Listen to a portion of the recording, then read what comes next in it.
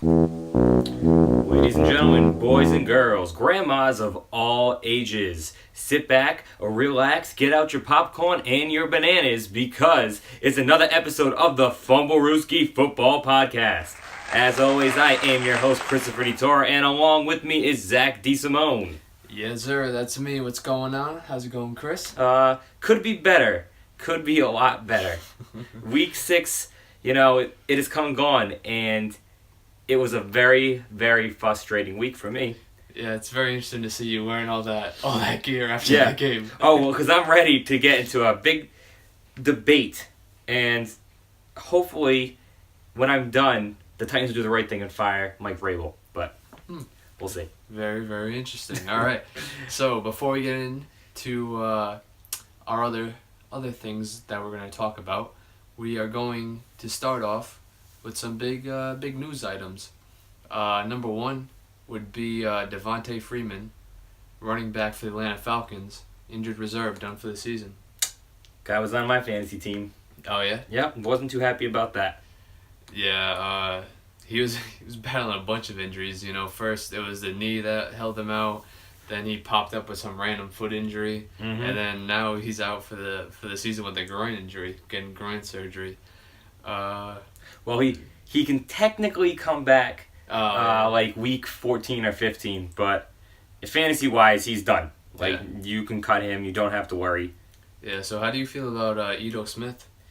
I think he's got a lot of stock right now. If you've got Ito Smith, you could easily trade him for probably some big points right now.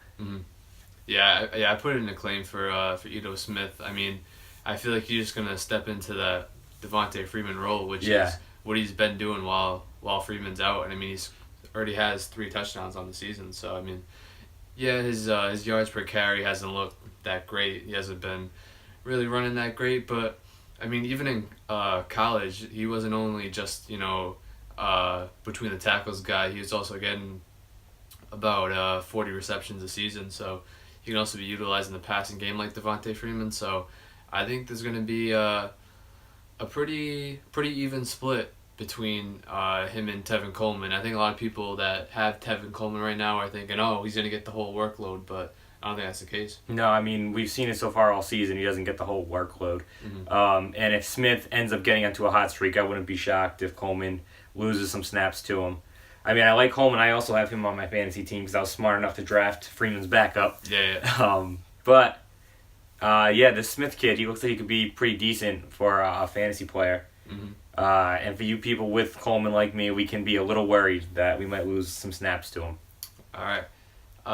Another piece of news. I mean, this team is garbage, so I don't know if it's really worth talking about. But the Raiders came out, or John Gruden came out saying that Marshawn Lynch is dealing with a groin injury, and he could miss some time.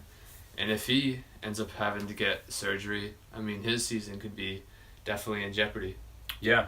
And to go off that with these Raiders that John Gruden is slowly killing, he did say that Amari Cooper is available for trades, even though they said that they want probably a first-round draft pick for him. They're fucking out of their mind. Yeah, absolutely out of their mind. They're not getting a first-round pick. But they've already said that they want to get rid of him now, too. So, John Gruden, I really don't know what's going on over there. Just cleaning house. Yeah, I don't really think it's the best idea for you. You had a good team to start the season. Yeah. This team was on the rise the last, 2-3 years. Everyone thought they were going to be a playoff Super Bowl contending team. Hasn't worked out. You bring in this bum head coach. Now you got Marshawn Lynch getting hurt, so there goes your run game if he can't go out there. I really think that this team is just completely on a downfall really fast. Yeah, and I don't know if you saw... I saw on, I think it was like maybe Pro Football Focus, or like one of those things that analyze NFL quarterbacks, and it showed a picture of Derek Carr, not Cars, it's only one person, his attempts and how far he was throwing this past week. It was insane how short his passes were this past week. He was barely throwing it past the line of scrimmage. He was throwing it behind the line of scrimmage to guys, because I don't know, it just seems like he's I don't know, he's just lost confidence, lost a lot of what he had. I mean, a couple years ago, he was an MVP candidate. And now it's just, I don't know, it's just crazy to see how bad this team has really taken a turn for. Yeah, I mean, it never helps when you're a decent team and you get rid of your head coach and you bring in a whole new coaching regime, and now they got to learn a whole new playbook. Yeah. And it's not the best for young quarterbacks. You're seeing it now in Oakland. You see it in Tennessee. Like, these quarterbacks need some structure. They need stability. And when it's not there, these quarterbacks can't perform to their max. Yeah, no doubt about that. And then just one more piece of news. This actually came out about an hour ago, and I think this is kind of funny, a little bit weird. So if you didn't know, Ryan Tannehill just randomly showed up on the injury report very last minute this week, and he did not play, and Brock Osweiler got the start, and they ended up winning the game somehow. Don't know how. But came out about an hour ago saying that reports that the league has opened an investigation into how the Dolphins handled Ryan Tannehill's shoulder injury. Yeah, I thought it was very weird that, like, it was just all of a sudden that, you know, he wasn't on the injury report, and then all of a sudden it was just like, oh, he's not playing. Well, maybe he fell off the bus on the way into the stadium and he got hurt. You know, could be it. Maybe his confidence is absolutely destroyed right now after starting off the season 3-0 and then taking the L after L after L. So, I mean, Osweiler won them a game. So, yeah, maybe he saw, you know, they're playing the Bears this week. Yeah. Past week, going up against Khalil Mack, he was like, I don't really feel like playing this week. Yeah. I don't want to fucking die. He's like, let Brock take those hits. Yep. So, with that being said, not too many other big pieces of news. So, it's time, Chris. It's time. And what time is that? It's time for Banana Land. Banana Land. Banana Land. All right, Chris. Who is on your Banana Land list? My first person is good old Albert Wilson. So we're going to stay in Miami to talk about this. Oh, don't worry. I'm going to stay in Miami also. Oh, good. Okay, so it's a beautiful place in Miami. This guy went out there this week and had an insane game. He had 2 receiving TDs, and he caught for 155 yards. Okay, this man is an absolute explosive player. However, the week before that, he put up 4 points. The week before that, he put up basically 2 points. When he gets the touchdowns, he puts up points. But if he don't get the touchdown, he is going to destroy your fantasy team. And then I went on to our fantasy football league this morning, and I said, this is the number 1 trending guy. People are picking this guy up like crazy. I strongly suggest staying against this, far, far away from this guy. One, you got Osweiler still over there, throwing the football to them. And if you put him in, you're basically just flipping a coin and hoping that he's going to get a touchdown, because if he doesn't do anything else for you. Yeah, I mean, he's going to get you 1 point or he's going to get you 30 points. Exactly. He's the definition of boom or bust. Yep. And he is the reason why my Banana Land pick had a good game, and that is Brock Osweiler. First of all, Brock Osweiler shouldn't even be in the fucking NFL. That's number 1. He's a bum. Number 2, the only reason why the Dolphins won this game, and the only reason why Brock Osweiler had a good game, was due to Albert Wilson and the other pieces making plays for him. You didn't see Brock Osweiler throwing the ball downfield. You saw him throw it to Albert Wilson short, and Albert Wilson did the rest.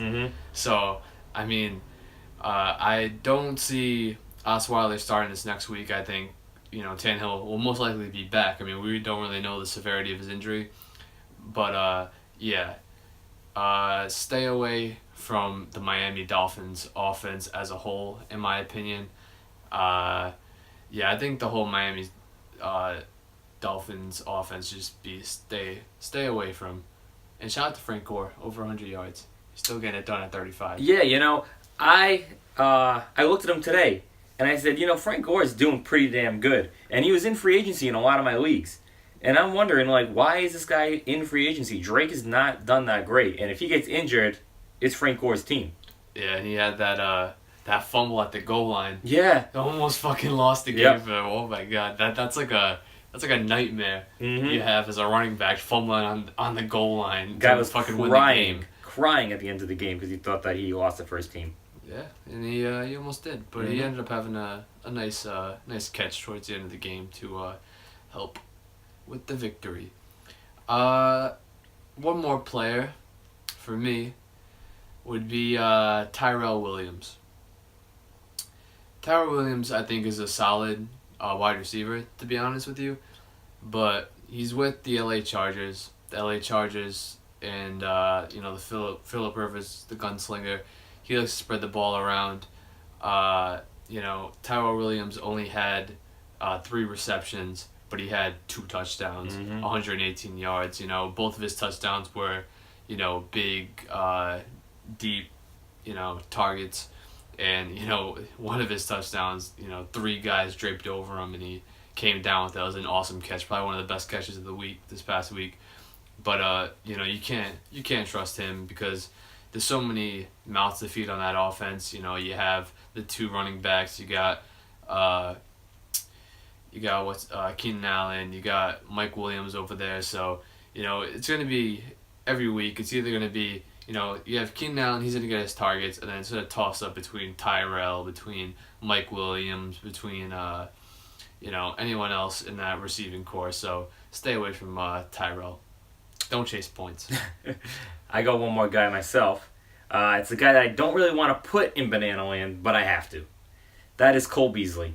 Oh, yeah. I love Cole Beasley. I do believe he is the best wide receiver in the Dallas wide receiving locker room, basically. But they have wide receivers over there? apparently. They don't have hands. They just have feet. Yeah.